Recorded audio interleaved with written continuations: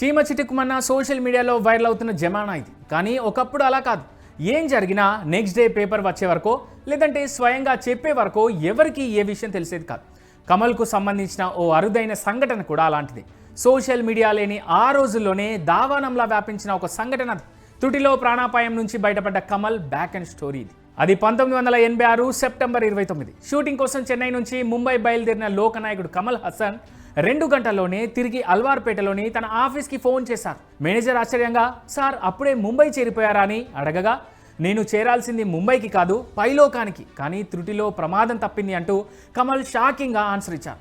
Car పంపిస్తానన్న ఆఫర్ని కూడా సున్నితంగా తిరస్కరించి ఎయిర్పోర్ట్ నుంచి నేరుగా ఒక సాధారణ టాక్సీలోనే కమల్ ఇంటికి బయలుదేరారు. కమల్ తన మేనేజర్కు ఫోన్ చేయడానికి సరిగ్గా గంట ముందు ఏం జరిగిందంటే, గాల్లో ఒక అనూహ్య ఘటన చోటు చేసుకుంది. మద్రాసు మీనంబాకం విమానాశ్రయం నుంచి 185 మంది ప్రయాణికులు 10 మంది సిబ్బందితో గాల్లోకి లేచిన ఇండియన్ ఎయిర్లైన్స్ విమానం సాంకేతిక లోపంతో ప్రమాదానికి గురైంది. ఇంజన్లో మంటలు చెలరేగడంతో ప్రయాణికులందరూ భయంతో వణికిపోయారు.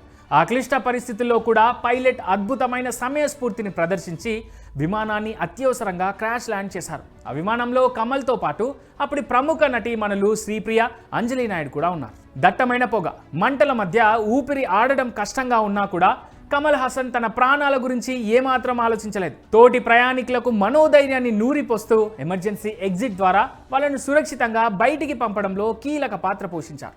రియల్ లైఫ్లోనే కాదు, రియల్ లైఫ్లో కూడా ఆపదలో ఉన్న వారికి అండగా నిలిచి నిజమైన హీరో అనిపించుకున్నారు కమల్.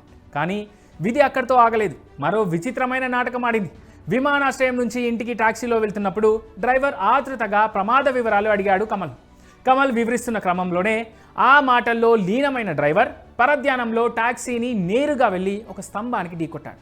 విమాన ప్రమాదం నుంచి బయటపడిన కమల్ ఇలా ఇంటికి వెళ్లే దారిలో రోడ్డు ప్రమాదానికి గురవ్వడం నిజంగా విచిత్రమే అయినప్పటికీ ఈ జంట ప్రమాదాల ముచ్చట తరచూ ఇండస్ట్రీలో ఎప్పుడూ వినిపిస్తూనే ఉంటుంది, వైరల్ అవుతూనే ఉంటుంది.